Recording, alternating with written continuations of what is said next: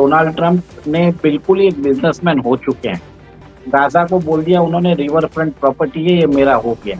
और उधर से तो 20 लाख लोगों को है बोला कि आप इधर से निकलो, आप इजिप्ट जाओ, जॉर्डन जाओ, मुझे नहीं मालूम। यूक्रेन को बोला है कि हमने आपको $350 बिलियन दिए हैं और आपके 50% रिजर्व हमें चाहिए। तो इससे बड़ा और क्या बता सकते हैं? इतना बड़ा आरओआई कोई नहीं कर सकता जो डोनाल्ड ट्रंप कर रहे हैं।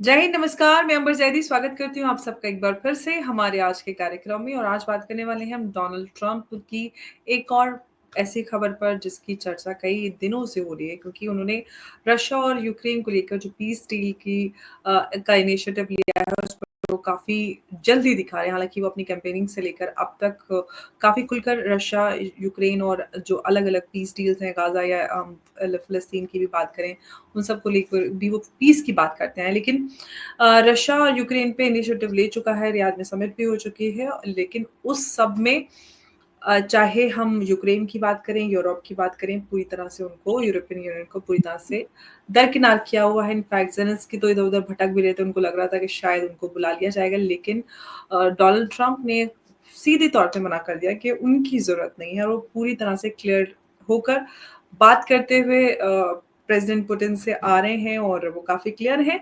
और ऐसे में सवाल ये उठ रहा है कि जिस तरह से डोनाल्ड ट्रंप की जो नीतियाँ हैं, उनका झुकाव भारत की बात करें, रशिया की बात करें या फिर यूरोपियन यूनियन को लेकर जो वो इतनी फंडिंग करते थे, नेटो और उस सब पे जो सुरक्षा पे पैसा खर्च होता था, जहाँ-जहाँ भी यूएस का जो पैसा था, डब्ल्यूएचओ की बात करें, इन सब पे वो एक-एक तरह से पूरी तरह से उमेश जी वाले काम करते हुए नज़र आ रहे हैं। एकदम बनिया भाई बन गए, एक-एक पैसा हिसाब के साथ खर्च होगा।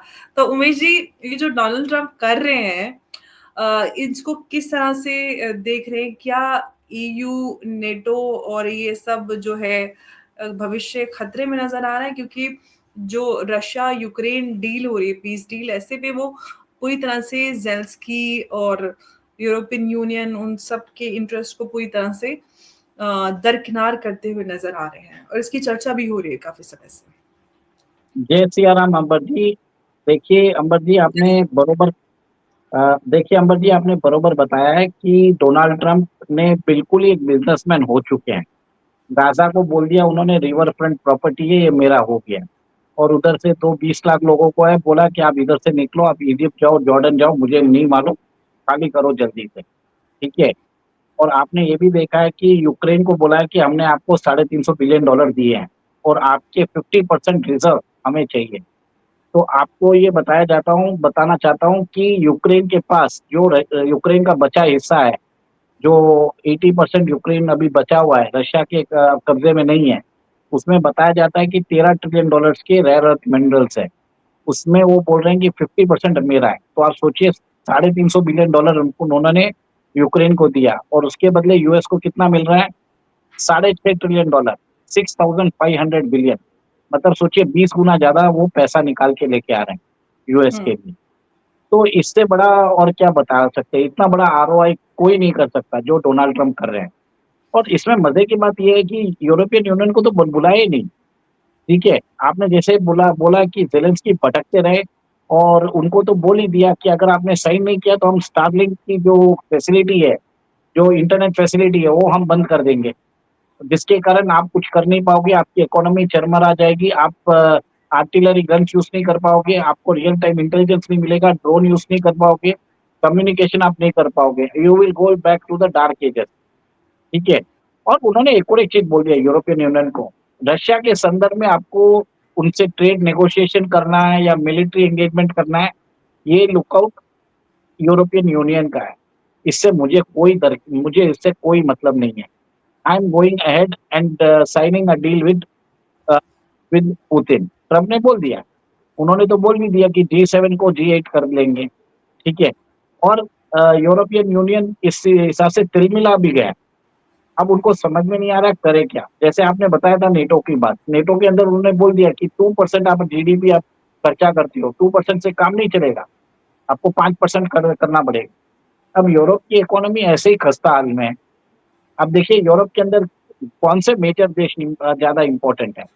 एक तो है जर्मनी, एक है फ्रांस, एक है ग्रेट ब्रिटेन और इटली। और नॉर्डिक स्टेट्स अगर देखा जाए तो नॉर्वे, फिनलैंड, स्वीडन, नेदरलैंड। अब बात करता हूँ सबसे पहले फ्रांस की। देखिए फ्रांस क्यों ले रहा हूँ, क्योंकि France is the only member in EU जिसके पास न्यूक्लियर वेपन्स है, ठीक है? और फ्रांस हमेशा चाहता है कि यूरोपियन आर्मी बनाए। फ्रांस उसकी लीडरशिप चाहता है और मैक्रोन ने हमेशा ये बात पिछले 1-2 साल में बोली भी है, आपको मालूम भी होगा। जी। और जब से ऑकस डील अ, हुआ है ऑस्ट्रेलिया के साथ, फ्रांस इससे भी गुस्से में है। वो अमेरिका से वो बोलते हैं ना हिस्सा हिसाब-किताब करने के चक्कर में ही है। तो एक तरह से उनके अंदर एक राइवलरी तो चल ही रही है। बट ये बात अलग है कि फ्रांस को हमेशा मुँह की खानी पड़ती है। फ्रांस कुछ कर नहीं पाता है। आज हालत ऐसी है फ्रांस के अंदर, जो वहाँ की राइट विंग पार्टीज़ है, ली पेन, वो हमेशा बोल रहे हैं कि फ्रांस को एक्सिट कर देना चाहिए ईयू से। मैक्रोन नहीं चाहते।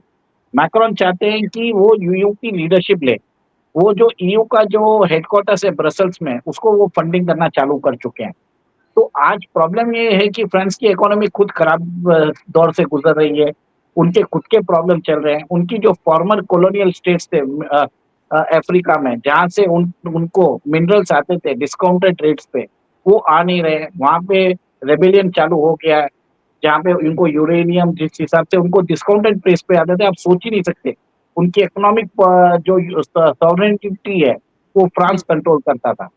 तो फ्रांस की हालत पहले से ही खराब है। ऊपर से फ्रांस के अंदर जो जिहादी पॉपुलेशन है 10% है। आपने देख लिया कि चार्ली हेब्डो जैसा इंसिडेंट हुआ है। तो फ्रांस के अंदर इंटरनल सिचुएशन खराब है और लास्ट टाइम पेरिस ओलंपिक से पहले कितने फ्रेंच सिटीज़ में रायट्स हुए थे। तो एक तरह से इंटरनल सिक्योरिटी भी बहुत खराब है। और अगर right wing parties Le Pen जैसे आ जाते हैं, तो बोलेंगे कि हमको ईयू से बाहर निकलना है। अब अब ये हो गया फ्रांस का। अब नेक्स्ट आता हूँ जर्मनी का। Germany is the largest is the most powerful nation in the European union. आपको मालूम है जर्मनी जो डिसाइड करता है यूरोपियन यूनियन की करेंसी, फिस्कल मैटर्स, सब जर्मनी डिसाइड करता है। पर प्रॉब्लम क्या है जर्मनी में, जैसे जेडी वांस में बोला है, every 1 in 5 person in Germany is an immigrant.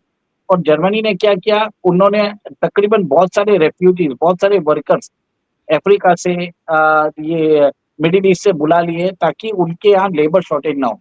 आज जर्मनी में बताते हैं रेफ्यूजीज आर अराउंड 20%, वहाँ पे प्रॉब्लम चल रहा है। कुछ जगह पे आप जा ही नहीं सकते। ऐसा है कि वहाँ पे आप लेडीज़ को बोला जाता है कि आप बिकिनी मत पहनिए स्विमिंग पूल में। और सिचुएशन इतनी खराब है जर्मनी में कि आपको मालूम है नॉर्थ स्ट्रीम जो हुँ, गैस पाइपलाइन थी, जिसका सप्लाई होता था, जो गैस रशिया से आता था सस्ते दाम पे, जो डीप स्टेट ने है, उसको ब्लास्ट करवा दिया। आज क्या है Germany is buying gas from America at 3x the price. तो उससे प्रॉब्लम क्या हुआ, जर्मनी का जो इंडस्ट्रियल बेस है वो खत्म होने लग गया। ठीक है? वहाँ पे एनर्जी प्राइसेज़ बढ़ने लग गए। एनर्जी प्राइसेज़ बढ़ने से लोगों के यहाँ पे डिस्पोजेबल इनकम नहीं है। इंडस्ट्रीज़ को हुँ, प्रॉब्लम हो गया है। और अमेरिका ने क्या किया, उन्होंने एक और एक चीज़ निकाल दिया कि जर्मन इंडस्ट्री चाहे तो they can relocate to America. तो बहुत सारी जी। German industries are relocating to America. तो अमर जी आपको समझना पड़ेगा कि उधर उसकी भी हालत बहुत ही खराब है जर्मनी की। फिस्कल सिचुएशन खराब है। और अभी बात कर रहे हैं कि वहाँ पे एक पार्टी है एएफपी, वो राइट लीनिंग पार्टी है। और उसका जो अप्रूवल रेटिंग है, ओलाफ शोल्ज की पार्टी से सिर्फ 4 परसेंटेज पॉइंट कम है। ओलाफ हुँ, शोल्ज जो करंट चांसलर है, उनका 28% रेटिंग्स है। और ये जो नया पार्टी है जो बोलता है हमको ये हमको ईयू से निकलना है, उसकी 24% रेटिंग है। अगर ये पार्टी आ जाती है तो ईयू का कोलैप्स सर्टेन है। अब थर्ड जो मेजर कंट्री है इटली। आपको मालूम है जॉर्जिया मेलोनी जो एक राइट विंग लीडर खुद ही एक राइट विंग लीडर है। और आज उन्होंने स्टेटमेंट भी दिया है कि लेफ्ट लिबरल इकोसिस्टम के अगेंस्ट उन्होंने स्टेटमेंट भी दिया है, जिसमें उन्होंने सपोर्ट किया ट्रम्प और मोदी को, ऑल नेशनलिस्ट लीडर को। और आपको हुँ, ये भी मालूम है कि उन्होंने अपनी इकोनॉमी को बचाया है। चाइनीज़ इन्वेस्टमेंट बहुत ज़्यादा हो रहे थे इटली में। उन्होंने वहाँ पे रोका है, इकोनॉमी चाहिए इटली की इकोनॉमी को सँभाला है। और वहाँ पे उन्होंने एक तरह से फर्स्ट लीडर है राइट विंग की जो यूरोप में आई है। और उन्होंने डेमोंस्ट्रेट किया है कि इकोनॉमी बचाने का तरीका एक ही है कि ये जो लेफ्ट विंग्स, जो लिबरल्स हैं, जिन्होंने देश का बंटाधार कर दिया है अनकंट्रोल्ड इमिग्रेशन से, इसको बंद करना ज़रूरी है। She is a far right nationalist. और आपने देख लिया कि इटली ने कैसे अपनी इकोनॉमी को रिवाइटलाइज किया, कैसे डेवलप किया, आपने ये देख लिया। अब बात आता हूँ ग्रेट ब्रिटेन की। आपको मालूम है ट्रम्प जब भी कोई नया प्रेसिडेंट आता है अमेरिका में, उसकी फर्स्ट या सेकंड विजिट वो जो हेड ऑफ द कंट्री किसी को भी बुलाता है तो जनरली इसराइल होता है, फिर सेकंड शायद यूके ही होता है। ठीक है, इस बार कीथ स्टार्मर को अभी तक इनवाइट नहीं किया। और जैसे ट्रम्प की फर्स्ट मंथ की प्रेसिडेंसी में उन्होंने 4 लीडर्स को इनवाइट किया, इसराइल को, जॉर्डन को, फिर बाद में जापानीज और इंडियन प्राइम मिनिस्टर को। और जेडी वैंस ने तो ओपनली बोल दिया है, the threat to United States in 2 decades will be Great Britain. Great Britain can become an Islamic nation. तो एक तरह से ब्रिटेन में जो अनकंट्रोल्ड माइग्रेशन चल रहा है, जो रेफ्यूजीज आ रहे हैं, जो एक्सचेकर को प्रॉब्लम कर रहे हैं, तो आपने ये भी देखा कि वहां पे भी ग्रोथ कम हो गई है। इलॉन मस्क ने तो इलॉन ये मस्क बात ने तो आपकी सही है, लेकिन हम जिस तरह से देख रहे हैं कि पूरी तरह से यूके में, अब पूरे ब्रिटेन की हम बात करें, शरिया लॉ लगाने की, नाफ़िज़ करने की बातें वहाँ पर खुलकर आ रही हैं। ऐसे में जो इल्लीगल इमिग्रेशन की, या फिर जो वैसे भी जो एक डेमोग्राफिक इम्बैलेंस हुआ है, वो हम चाहे वो लीगल माइग्रेंट से क्यों ना हो। सवाल ये है कि जो हो चुकी है सिचुएशन, क्रिएट हो गई है, वो इरिवर्सिबल फ़िलहाल तो नज़र आती है। आपको क्या लगता है कि ऐसे में जब यूरोपियन इकोनॉमी इतनी ज़्यादा डाउन जा रही है, ऐसे में क्या रास्ता बच जाता है बचाने का? देखिए, मैं वहीं पे आ रहा हूँ। आपने ये देखा कि जैसे यूरोप के अंदर ब्रिटेन के अंदर इस्लामाइज़ेशन बहुत ज़्यादा जल्दी से हो रहा है। जो लंदन के मेयर है वो सादिक खान है, ठीक है? वो पाकिस्तानी है। और आपने देखा है कि वहाँ पे जिस हिसाब से डेमोग्राफी चेंज हो रही है, जेडी वैंस को ये स्टेटमेंट भी देना पड़ा। और बाकी जो नॉर्डिक स्टेट्स है, जैसे आपने स्वीडन है, नॉर्वे है और इन सब कंट्रीज़ की बात की है। स्वीडन को तो rape capital of the world बोला जाता है। वहाँ पे इतने इल्लीगल इमिग्रेंट्स आ गए हैं कि वहाँ पे वो लोग 15-16 साल की लड़कियों को ग्रूमिंग गैंग्स बना के वहाँ पे हुँ, लोगों को वहाँ पे लड़कियों को रेप किया जा रहा है। तो एक हुँ, तरह से ये बात भी बहुत ज़्यादा यूरोप में फैल रही है कि ये जो जी, यूनियन है, जो कलेक्टिव यूनियन है, इसका कोई मतलब नहीं है। इसमें सबसे ज़्यादा क्या हुआ है, हुँ, इसके जो इमिग्रेशन था वो अनकंट्रोलेबल हो गया है और जिसके कारण डेमोग्राफी चेंज हो गई है, सोशल प्रॉब्लम चालू हो गए हैं, इकोनॉमिक प्रॉब्लम्स भी चालू हो गए हैं। तो कहीं हुँ, न कहीं आगे-आगे देखेंगे कि जी, अगर फ्रांस में ले पेन आ जाती है, अगर जर्मनी में आप देखें एएफपी पार्टी आ जाती है, तो कहीं न कहीं मेरे हिसाब से ईयू का प्रेज़ेंट फॉर्म में रहना बहुत डिफ़िकल्ट लग रहा है। हुँ, और आपने ये भी देख लिया कि ईयू के अंदर जो स्टेट्स है, जो प्रो रशियन स्टेट्स है, जैसे हंगरी है, वो ऑलरेडी रशिया को सपोर्ट कर रहे हैं। तो जी, EU in the present form is difficult to survive in the near future. The collapse of EU is imminent. मतलब ईयू अभी जिस हिसाब से है, वो नहीं रह पाएगा। और आपने ये भी देख लिया है कि this Europe will have to go with controlled migration. आपको उन लोगों को बुलाना पड़ेगा जिनको जो आपकी इकोनॉमी में कंट्रीब्यूट कर सकते हैं।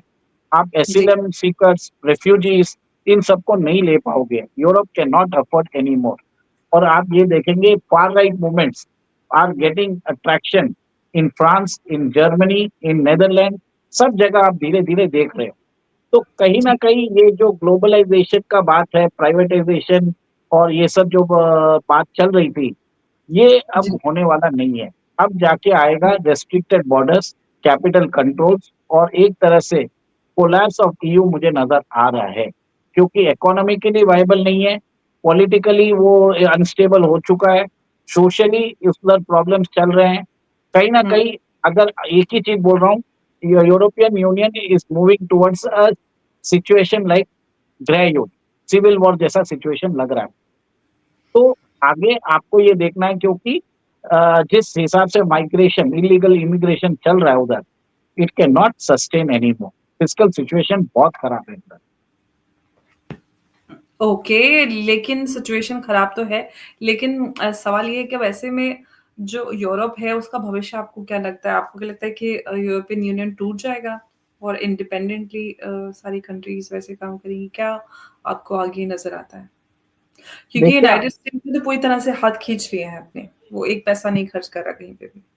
देखिए, आपने बरोबर बोला कि बनिया बुद्धि अपना रहे हैं, बिज़नेसमैन जैसे वो बिहेव कर रहे हैं कि मुझे रिटर्न कितना मिलेगा। जैसे यूक्रेन में $350 बिलियन दिया था और वो बोल रहे हैं कि $6.5 ट्रिलियन का हुँ, इन्वेस्टमेंट रिटर्न वो लेके आ रहे हैं। उसके अलावा 40% of Ukrainian hmm, agricultural land plus reconstruction and rebuilding efforts of Ukraine जो अमेरिकन कंपनीज को जाएगा। अब यूरोप के अंदर वो पैसा क्यों वेस्ट करेंगे? एंड डोनाल्ड ट्रम्प चाहते ही नहीं है कि वो रशिया के साथ वॉर कंटिन्यू करे और उन्होंने बोल दिया है और मेरे हिसाब से यूरोपियन यूनियन में रशिया का रोल आगे बढ़ता जाएगा। अगर सर्वाइव करना है तो जर्मनी, फ्रांस, ग्रेट ब्रिटेन और जो भी कंट्रीज है they will have to accept Russia as part of the European Union और रशिया को एक रेस्पेक्ट देना पड़ेगा। Only Russia can save the EU क्योंकि वही एक कंट्री है जिसके पास फूड भी है, फर्टिलाइजर भी है, गैस भी है, नेचुरल रिसोर्सेज है। हुँ। Unless that is done the collapse of EU is imminent. पक्का हो जाएगा, कोई इस हालत में नहीं ऐसा भी बच तो हो सकता। सकता है कि यूरोपियन यूनियन में रशिया शामिल हो जाए तो फिर भला हो जाए पूरे यूरोप का। देखिए, वो तो बात बरोबर है। आपको याद होगा 2009 में यो एक फिक्स क्राइसिस आया था। पोर्चुगल, इटली, ग्रीस, स्पेन इनकी हुँ, इकोनॉमी में प्रॉब्लम आ गया था। बताया हुँ, जाता है वो प्रॉब्लम वापस भी आ रहा है। जी। तो एक तरह से फिस्कल प्रॉब्लम जो उस समय के लिए इसको एक तरह से फंडिंग देके कुछ करके उसको चलाया जा रहा है। अल्टीमेटली एक ब्रेकडाउन की स्थिति आ चुकी है और जी। जर्मनी में आज पोलिंग चलने वाला है।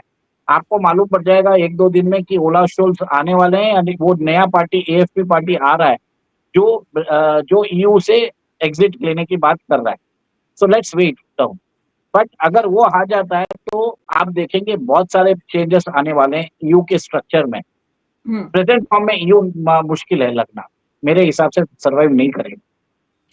अब देखते हैं कि पहले रशिया यूक्रेन के बीच जो पीस डील की बात चल रही है, वो शुरू तो हो चुकी है, समिट हो गया है, अब आगे नेक्स्ट फेज़ में क्या होता है, उसके बाद ही ये सारी जो सिचुएशन है, उस पे क्लैरिटी हमें नज़र आएगी क्योंकि एक तरफ हम ज़ेलेंस्की की और पूरे यूरोपियन यूनियन की बात करते हैं। फिलहाल उनके इंटरेस्ट को प्रेज़िडेंट ट्रम्प ने दरकिनार करके रशिया यूक्रेन के बीच जो पीस डील है, उस पे ज़्यादा फ़ोकस है और अभी उधर ज़्यादा ध्यान नहीं दे रहे हैं। और इसके इस पूरी सिचुएशन में क्लैरिटी आए शायद फिर उधर की जो स्थिति है वो भी थोड़ी क्लियर नज़र आना शुरू हो जाएगी। क्या कुछ यहाँ इसमें सामंजस्य बैठेगा? क्या यूरोपियन यूनियन में रशिया शामिल हो जाएगा? कैसे हालात होंगे? आने वाले वक़्त में पता चलेगा और हम आपके साथ हाज़िर होंगे उस पर बातचीत करने के लिए एक बार फिर से। उमेश जी बहुत-बहुत धन्यवाद आपका हमारे साथ चर्चा में जुड़ने के लिए। जय हिंद, नमस्कार, जय भारत। और अंबर जी ये एक डेवलपिंग स्टोरी है, इसमें और भी डेवलपमेंट्स आएगा। आज जो मैंने अच्छा, अपना ओपिनियन व्यक्त किया है और देखते हैं जैसे हमने सोचा है वैसा होता है या नहीं। जय सिया राम। जय सिया राम।